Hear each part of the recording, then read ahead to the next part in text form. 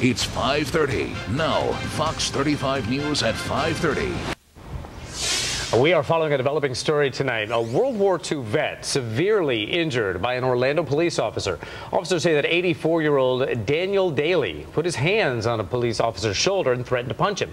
So the officer body slammed the elderly man, and now his spinal cord and brain stem are separated. He's not paralyzed, but doctors say that it does not look good. That officer is still on the job tonight while police are investigating. The case has a lot of people thinking that maybe this officer went too far. Joining us live right now is former police chief Dr. Richard Weinblatt. Thanks so much for being with us tonight. Thank you, Amy. Nice to be back. So let's talk about whether or not this was necessary use of force. An 84-year-old man, he doesn't have a weapon. Did this guy have to get slammed to the ground? Well, I mean, based on the initial reports, it makes you wonder a little bit, but I say that with the caveat that we don't know all the facts. As you and I have discussed already, there are conflicting reports. Some saying that the man was bringing his fist back, some saying that he shoved the officer, some saying that was completely unnecessary. We don't know yet, and I think the Orlando Police Department is making a good move by letting an independent, credible entity, that being FDLE, Florida Department of Law Enforcement, conduct an investigation. Let's see what the impartial facts are. No, we know that, it's possible he maybe did bring his fist back, or that maybe he was acting threatening towards the officer. But it seems to me an 84-year-old guy, couldn't you just quickly turn him around and put some handcuffs on him, or try to restrain him in some other way other than body slamming or taking him to the ground? That just seems to be a little excessive. It does seem excessive, but again, we don't know. I mean, did the officer have a chance to really be prepared for that? And then, of course, the next question is that you could say, as a defensive tactics instructor and somebody that's taught in police academy settings for many years, I sit there and go, should the officer have been prepared for that eventuality anyway? And that's something that we can't answer completely now, but certainly most professional officers would not want to see their father or their grandfather body slammed, but we don't know really the facts of what precipitated it. I would hope that there was good reasoning behind it and they're able to articulate all of that. But if not, then I'm sure that the Florida Department of Law Enforcement will render that judgment, and the Orlando Police Department will take the appropriate action at that point. And we do know that this gentleman, this 84-year-old gentleman, has just been upgraded to serious condition, but the odds of recovery for someone that age very slim. If something were to happen and he were not to make it, what will then happen to this officer? Again, does this just go into an investigative mode? Well, it's an investigative mode, and there's two things that they're going to look at. If, in fact, this man ends up with some serious injuries, and depending what the Florida Department of Law Enforcement finds, they may refer it over to the state's attorney's office. Then the state's attorney's office is going to look at it from a criminal end. The Orlando Police Department may look at it from an administrative or a policy end, and they are two separate investigations.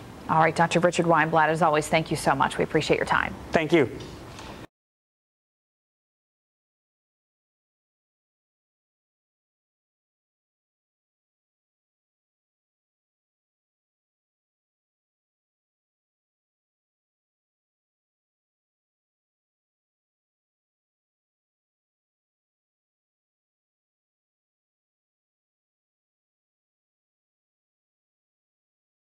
It's 11 o'clock.